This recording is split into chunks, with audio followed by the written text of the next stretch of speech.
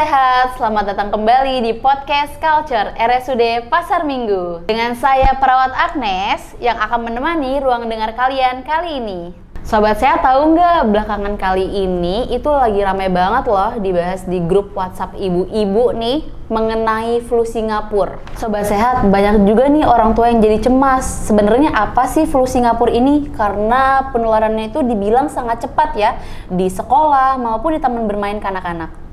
Nah, supaya bunda-bunda di rumah nggak cemas, kali ini kita kedatangan tamu spesial banget nih, yaitu Dr. Ardentri, spesialis anak RSUD Pasar Minggu. Halo dok, apa kabar dok? Halo, apa kabar Nurse Agnes? Alhamdulillah. Sobat-sobat sehat semuanya. Salam kenal ya. Oh iya dok, ngomong-ngomong nih dok, kita langsung nih dok, kan lagi rame nih dok tentang flu Singapura dok. Kalau di Indonesia kan penyebutannya flu Singapura, padahal kalau dari bahasa medisnya kan HFMD ya dok, Hand, Foot, Mouth Disease. Itu boleh nggak dok dijelasin dok sejarah singkatnya kenapa sih namanya flu Singapura? Oke, terima kasih untuk pertanyaannya. Untuk HFMD, jadi bahas topik kita hari ini tentang HFMD ya. Jadi memang banyak kasus yang terjadi HFMD pada pasien-pasien yang datang ke poli anak untuk akhir-akhir ini. Nah, HFMD sendiri itu adalah suatu penyakit yang sebenarnya memang kayaknya orang awam paling sering menyebutnya flu Singapura. Nah, flu Singapura ini kenapa dinamakan flu Singapura? Sebenarnya trennya atau orang mungkin bisa gampang menyebutkannya aja. Kalau misalnya kita mungkin kalau ngomong HFMD mungkin agak susah ya, susah diingatnya juga. Tapi kalau flu Singapura mungkin akan lebih gampang untuk penyebutannya dan diingat. Kenapa sejarahnya bisa dinamakan flu Singapura? Sebenarnya asal muasal flu Singapura itu bukan dari negara Singapura justru. Cuma memang pada tahun 2000-an itu sempat terjadi wabah yang cukup besar di negara Singapura, sehingga pada saat itu orang menamakannya dengan lebih sering disebutnya flu Singapura. Jadi sejarah awalnya sebenarnya awalnya itu bukan di sana muncul pertama kali penyakitnya, cuma memang karena tahun 2000-an wabahnya menjadi sangat besar di Singapura sehingga penyebutan awamnya juga lebih nyamannya mungkin atau lebih enaknya disebutnya flu Singapura dibandingkan HFMD, seperti itu. Oh, jadi gitu ya dok, asal-usul penyebutan flu Singapura. Nah, kalau misalkan untuk gejala awal nih dok, orang tua mungkin nih mama-mama di rumah nih juga masih bingung nih dok, kira-kira gejala awal flu Singapura ini seperti apa sih dok? Kalau misalkan awal-awal muncul gitu dok. Nah, apakah selalu ditandai dengan demam tinggi dok? Ya, sebenarnya kalau untuk flu Singapura ini atau HFMD memang gejala awalnya biasanya demam gitu. Jadi demamnya itu bisa demam ringan atau demamnya tinggi, tergantung dari daya tahan tubuh si penderita. Tapi rata-rata memang demam. Jadi demamnya biasanya 1-2 hari, kemudian nanti di hari berikutnya baru akan mulai muncul ruam-ruam kemerahan seperti itu. Tapi memang paling seringnya disertai atau muncul gejala awalnya adalah demam. Oh, jadi memang dimulai awalnya tuh dari demam ya dok ya. Terus kalau misalkan kayak bintik atau lepuhan gitu, seringkali kan kita jadi kayak samar nih dok, sama kayak cacar air atau sari awan. Itu kira-kira gimana sih dok cara kita ngebedain gejala spesifik? Oke, namanya juga HFMD ya. Jadi HFMD itu berarti hand, foot, mouth disease, berarti dia pasti akan ada ruamnya. Jadi pada awal gejala dia pasti akan demam dulu, kemudian setelah demam kemudian akan mulai muncul 3-4 harinya tuh ruam. Nah, ruamnya ini yang membedakan kita dengan cacar air memang paling mudahnya bisa dibedakannya kalau ruam pada flu Singapura itu biasanya ruamnya terjadi di tangan, di kaki. Untuk di anggota tubuh yang lain memang bisa, cuma jarang sekali bisa di selangkangan atau di alat kelaminnya. Tapi paling seringnya itu terjadi ruamnya ada di tangan dan kaki. Kemudian untuk yang cacar air atau varicella kita sebutnya, itu ruamnya munculnya di seluruh tubuh. Dan perbedaan berikutnya adalah si ruam ini biasanya kalau di flu Singapura dia kan ada di mulut juga ya. Nah, di mulut itu akan menyebabkan sariawan. Kalau di cacar air itu biasanya tidak sariawan. Kemudian kalau ruam yang di flu Singapura rata-rata dia tidak gatal. Nah, yang di cacar air biasanya dia akan menimbulkan reaksi gatal. Oke, baik. Berarti kayak gitu ya dok perbedaannya, biasanya kalau ruam pada cacar itu gatal, kalau pada flu Singapura ini enggak ya dok ya? Betul. Dan untuk penyebabnya nih dok, di virus ini tuh apa ya dok penyebabnya dok? Penyebabnya untuk HFMD pasti virus ya. Jadi virusnya itu jenisnya sendiri paling banyak sebenarnya enterovirus 71 dan juga bisa Coxsackie virus. Tapi memang rata-rata paling banyak penyebabnya adalah enterovirus 71. Oh, jadi seperti itu ya dok ya. Dan untuk virus flu Singapura ini kan di sini tuh umumnya kita sering tahu nih dok hanya menyerang anak-anak saja ya dok ya. Apakah untuk orang dewasa juga bisa dok? Karena kalau misalkan untuk anak-anak kan biasanya penyebarannya di sekolah tuh dok banyak, sama di daycare-nya juga gitu. Itu seperti apa dok? Ya, baik. Untuk HFMD sendiri memang paling sering menyerang anak di bawah usia 5 tahun. Mengapa demikian? Karena itu terkait dengan kekebalan tubuh atau imunitas anak. Kemudian apakah bisa menyerang orang tua atau kita sebut geriatri ya? Bisa. Terutama pada geriatri itu karena daya tahan tubuh mereka juga pasti akan mulai turun juga tuh. Nah, karena mulai turun mereka juga bisa timbul gejala HFMD atau tertular HFMD gitu. Oh, ternyata nggak cuma anak-anak ya dok, orang dewasa juga bisa terkena. Nah, seperti yang kita tahu dok, yang tadi kalau misalkan anak-anak tuh kan banyak penularannya tuh lebih di sekolah sama di daycare ya dok. Untuk penularannya ini tuh bisa melalui apa saja ya dok? Ya, untuk HFMD sendiri penularannya sebenarnya dari percikan ya. Jadi kalau misalnya pasien atau penderitanya kemudian dia ada batuk atau dia bersin, kemudian sekret atau lendirnya itu menempel di tempat, nah itu juga bisa menimbulkan atau menjadi sumber penularan. Makanya kenapa mungkin anak-anak yang di sekolah, di daycare yang sebenarnya untuk self higienitasnya juga mungkin masih kurang ya, tidak seperti orang dewasa, dan imunitasnya juga kurang, dia megang apapun, kemudian bahkan anak-anak di bawah usia 2 tahun biasanya kan suka ini ya, memasukkan apapun ke dalam mulutnya. Nah itu juga menjadi sumber penularan yang bisa menyebabkan resiko HFMD terjadi gitu. Oh baik dok, jadi seperti itu ya dok ya cara penularannya. Dan seperti yang tadi dokter jelaskan nih dok, salah satu tanda gejala dari HFMD ini kan salah satunya adalah sariawan ya dok. Terus dokter tadi bilang kalau misalkan sariawan itu anak-anak tuh cenderung gak nafsu makan sama gak mau minum ya dok. Kira-kira dok cara mencegah kekurangan nutrisi pada anak yang memiliki gejala tersebut seperti apa dok? Ya, yang pasti kita harus menjaga supaya dia tetap terhidrasi ya.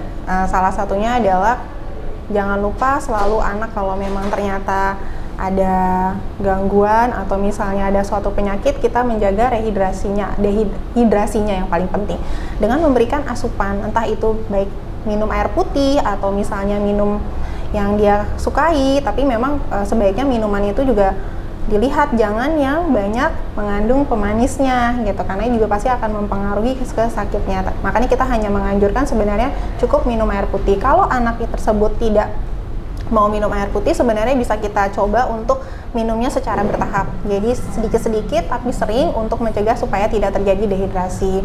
Bila tidak bisa kita berikan, kemudian sampai akhirnya mulai muncul gejala ke arah dehidrasi, nah itu mungkin ayah bunda bisa konsultasikan ya ke dokter untuk kita bisa lihat apakah memang perlu obat-obatan yang untuk mengurangi nyeri dari sariawannya atau memulihkan sariawannya, seperti itu.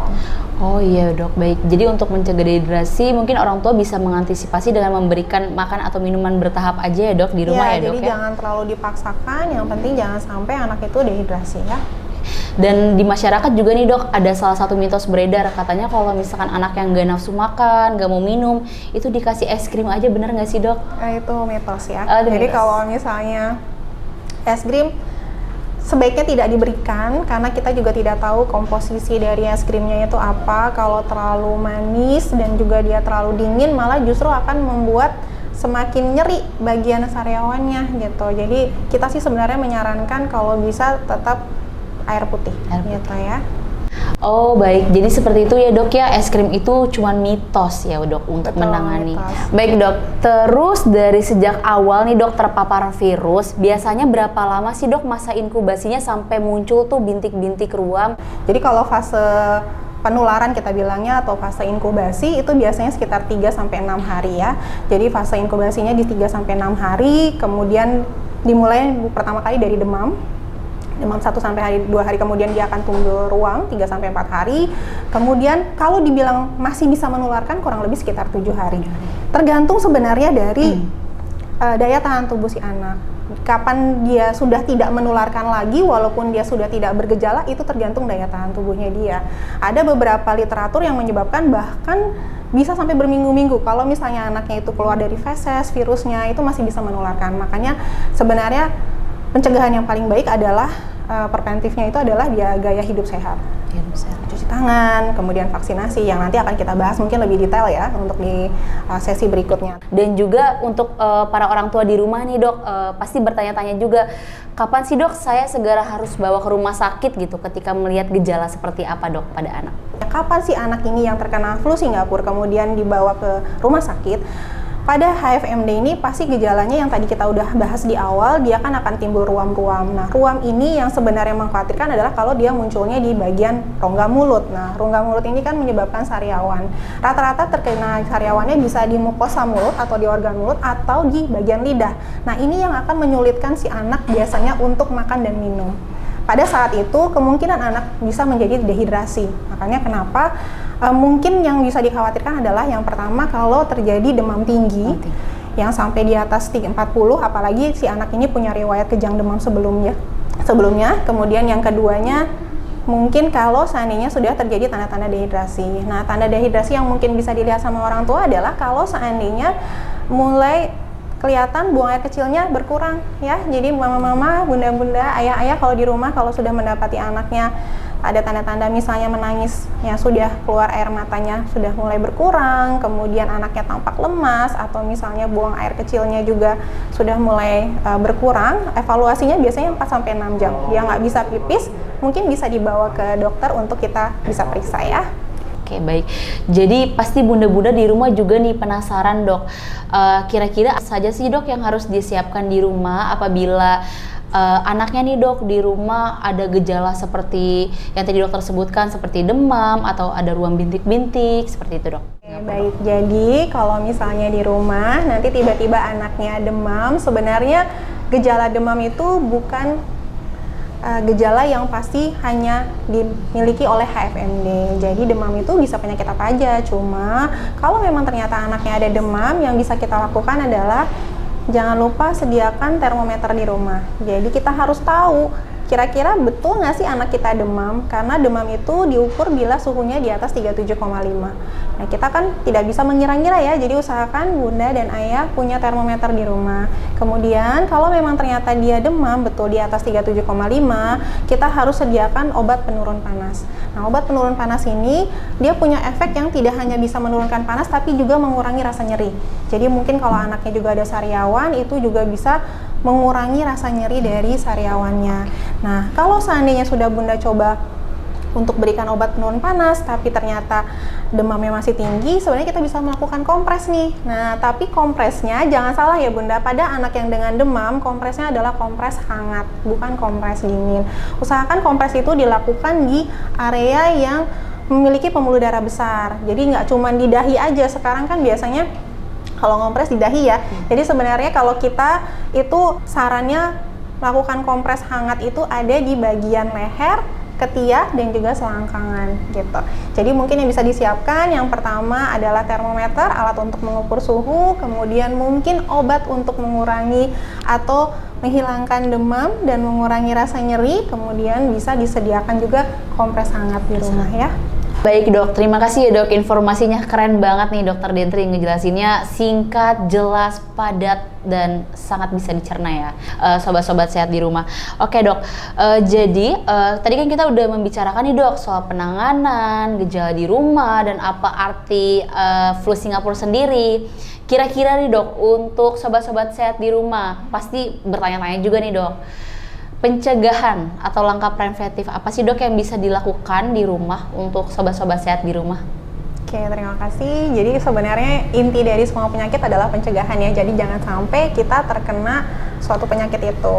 Yang paling mudah kita bisa lakukan preventifnya adalah perilaku hidup bersih dan sehat. Jadi usahakan anak-anak begitu main kemana atau keluar kemana, jangan lupa cuci tangan. Jadi kalau misalnya habis main-main kemana, cuci tangan, sebelum makan juga cuci tangan. Kalau bisa mandi setelah keluar dari luar rumah, masuk ke dalam rumah. Kemudian yang bisa kita lakukan adalah memberikan multivitamin. Jadi kalau kita sudah tahu nih anak kita daya tahan tubuhnya lagi nggak baik-baik aja, mungkin multivitamin bisa memberikan tambahan untuk imunitas. Nah, yang tidak kalah pentingnya adalah vaksinasi. Sekarang sudah tersedia vaksinasi untuk mencegah HFMD. Nanti mungkin bisa dikonsultasikan ulang bagaimana cara pemberiannya dan kapan kita bisa berikan untuk vaksinasi HFMD tersebut, gitu ya. Oke Sobat Sehat, jadi kita udah ngedengerin nih penjelasan dari Dr. Ardentri SPA yang sangat-sangat informatif, penjelasannya juga jelas. Pasti Sobat Sehat juga bisa mengerti ya di rumah ya. Oke, dari penjelasan tadi nih Sobat Sehat, kita kan udah tahu nih pengertian dari flu Singapura, tanda dan gejala seperti muncul ruam, sari awan, demam juga, terus penularannya bisa melalui percikan, bersin atau batuk ternyata Sobat. Perilaku hidup bersih dan sehatnya juga jangan lupa diterapkan di rumah. Cuci tangannya habis menyentuh apapun. Terima kasih banyak Dr. Ardentri untuk informasi dan penjelasannya. Sama-sama, Nurse Agnes. Dan untuk Sobat Sehat di rumah, terima kasih banyak juga ya sudah menyimak penjelasan hari ini. Semoga apa yang disampaikan bisa diterapkan di rumah. Baik Sobat Sehat, saya Nurse Agnes dan juga Dr. Ardentri izin pamit undur diri dulu ya. Sampai jumpa di podcast Culture RSUD Pasar Minggu yang menarik berikutnya. Dadah!